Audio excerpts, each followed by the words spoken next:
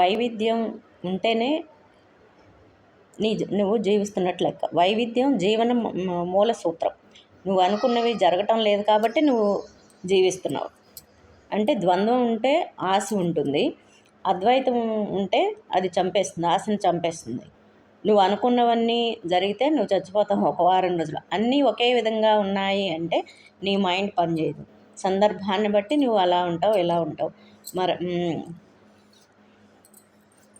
అది ఆసక్తి ఉంటుంది.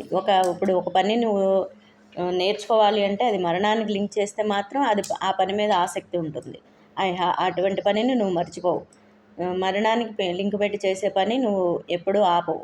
అంటే నువ్వు చచ్చే వరకు సెటిల్ అవ్వవు అనమాట. లెర్నింగ్ అనేది జరుగుతూ ఉంటుంది. ఇప్పుడు ఆశ్రమాల్లో గురువులు చేసేది అదే. థాట్స్ని న్యూట్రల్ చేసేస్తారు లేదా సీజ్ చేస్తారు. 2 రకాల వ్యక్తులు ఉంటారు. ఒకటి సాధకులు ఉంటారు, రెండవది సేవకులు ఉంటారు. సాధన చేసేవాళ్ళు థాట్స్తో సాధన చేస్తూ ఉంటారు. సేవ చేసేవాళ్ళు ఆ థాట్స్ ఉండవు. అక్కడ ఉన్న పని వాళ్ళకి, డ్రైవర్లకి 50 సంవత్సరాలైనా సేవ చేస్తూ ఉంటారు. వాళ్ళ థాట్స్ని సీజ్ చేస్తాడు గురువు. వాళ్ళకి తెలియదు. గురువు దగ్గర ఒకే ఒక తెలివైన శిష్యుడు ఉన్నాడు అనుకోండి, గురువు థాట్స్కి మించి ఉంటాడు. వాడు తర్వాత గురువు అవుతాడు. గురువు ఒక థాట్స్ ఫ్రీక్వెన్సీని దాటుతాడు. నీ థాట్ ప్రాసెస్ని అబ్జర్వ్ చేస్తే ప్రపంచంలో అందరి మైండ్ తెలుస్తుంది. నీకు థాట్ లేకుండా చేసేవాళ్ళు నీ గురువు. నీ మైండ్ సీజ్ అయిపోతుంది. మైండ్ లేకుండా నువ్వేం చేస్తావు? ఒక యోగి ఏ ఆలోచన లేకుండా విత్తనం నాటితే అది మొలకెత్తపోవచ్చు. కొంతమంది శిష్యులు గురువుని క్వశ్చనింగ్ చేస్తూ ఉంటారు. థాట్తో కొట్టిపడేస్తారు గురువులు. ఎవరైతే థాట్ని సీజ్ చేసి పడకుండా గురువు థాట్ని ఎండ్ చేస్తాడో వాడే నెక్స్ట్ గురువు అవుతాడు.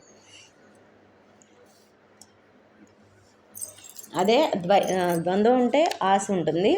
అదే అద్వైతంలో ఉన్నవాడికి ఆశ చంపేస్తుంది. అసలు నువ్వు ఎందుకు గాయపడతావు? Don't fight with life, understand life. Always learning is be in present. నువ్వు ఎప్పుడు నేర్చుకుంటూ ఉంటే నువ్వు ప్రజెంట్లో ఉన్నట్టు లెక్క. నువ్వు నీ చుట్టూ ఉన్నవాళ్ళు నిన్ను బ్లేమ్ చేస్తూ ఉన్నప్పుడు నువ్వు దానికి హర్ట్ అవ్వకూడదు. నువ్వు మరణించే టైం కల్లా నువ్వు ఎన్నిసార్లు హర్ట్ అవుతే అన్ని మిలియన్ సార్లు నువ్వు మరణిస్తున్నట్టు లెక్క. నువ్వు అది కాదు అని చెప్పు. ఎవరైనా సరే నిన్ను ఎదవా అంటే నేను ఎదవను కాదు, నువ్వేదో నువ్వు నిరూపించుకోవాల్సిన అవసరం లేదు. ఎట్ ద సేమ్ టైం నువ్వు వాళ్ళనే మాటల్ని నీ దుఃఖానికి హేతువు కాకూడదు. నువ్వు ఫీల్ అవ్వకూడదు. ఎందుకు నువ్వు హర్ట్ అవ్వకూడదు? దేనికి చుట్టూ ఉన్న వాళ్ళ గురించి నువ్వు హర్ట్ అవ్వాల్సిన అవసరం లేదు. నిర్గుణంగా ఉండాలి.